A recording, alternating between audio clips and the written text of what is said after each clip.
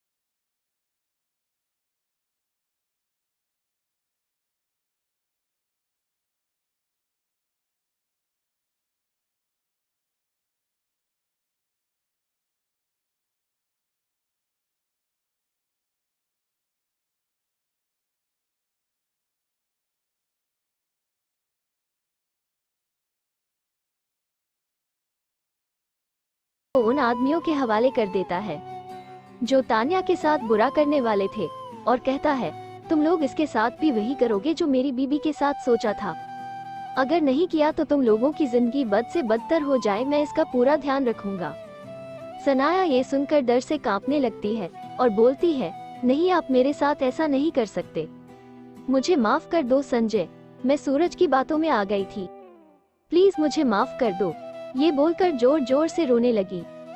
तो संजय उससे कहता है, तुम एक औरत होकर दूसरे औरत के साथ इतना घिनौना काम कैसे कर सकती हो?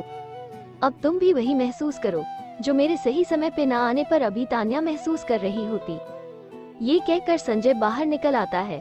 बाहर निकलकर वो अपने कार से लगकर नीचे बैठ जाता है और सोचता है, आज अगर मैं जरा सा लेट हो जाता तो तान्या के साथ जो होता। उसको सोचकर उसका शरीर कांपने लगता है। ये सोच सोचकर उसके आंखों से आंसू निकलने लगते हैं। कुछ देर वही बैठे रहने के बाद वो उठता है और कार ड्राइव करके अपने घर की तरफ चल देता है। उधर राहुल तान्या को संजय के कमरे में ले जाकर सुला देता है और कुछ देर तक उसको ध्यान से देखता है और सोचता है कि क्या मैंने जो समझा था वैसा नहीं था? क्या उस वक्त भी तुम निर्दोष थी? अगर ऐसा था तो तुमने मुझे बताया क्यों नहीं? उसके मन में हजारों सवाल आ रहे थे। तभी संजय वहां आ जाता है। वो तान्या को सोते हुए देखता है तो उसको आराम मिलता है। वो राहुल से पूछता है, क्या वो सो गई? राहुल ना में सर हिलाता है और कहता है, नहीं, उसको शायद कोई बेहोशी की दवा दी गई है, इसीलिए वो कार में बैठते ही बेहोश हो गई। मैंने डॉक्टर को कॉल किया है, वो आते ही होंगे। डॉक्टर आता है, वो तान्या को दवा देता है और कहता है उन्हें कुछ देर में होश आ जाएगा और वो चला जाता है। डॉक्टर के जाने के बाद संजय राहुल को ड्रिंक के लिए बुलाता है। राहुल और संजय दोनों ड्रिंक करते हैं और संजय तान्या के साथ जो कुछ भी हुआ था वो सब बातें राहुल को बताता है। पूरी बात जानने के बाद राहुल को अपने किए पर पछताते हुए सोचता है, मैं उसको बचा सकता था, मुझे बस एक बार मूड कर देख लेना चाहिए था, तो शायद आज उसके साथ वो सब कुछ ना हुआ होता। मैं अपने आप को कभी माफ नहीं कर पाऊंगा। वो तान्या को देखना चाहता है पर उसकी हिम्मत नहीं होती। वो चुपचाप से अपने घर चला जाता है। संजय उठकर अपने कमरे में जाता है और तान्या के पास बैठकर उसको प्यार से देखने लगता है। उसके बालों में प्यार से हाथ फेरते हुए कहता है, तुमने ऐसा क्यों किया? जब तुम जानती थी कि तुम्हारी जान को खतरा है तो तुमने ऐसा क्यों किया?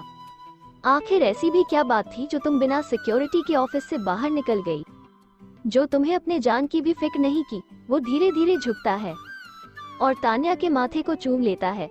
कुछ देर बाद तान्या को होश आता है तो वो संजय को अपने सर के पास बैठे देखती है।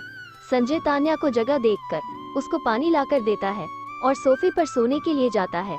तान्या उसके हाथों को पकड़ लेती है और कहती है, संजय, क्या आज आप मेरे पास सो सकते हैं प्लीज?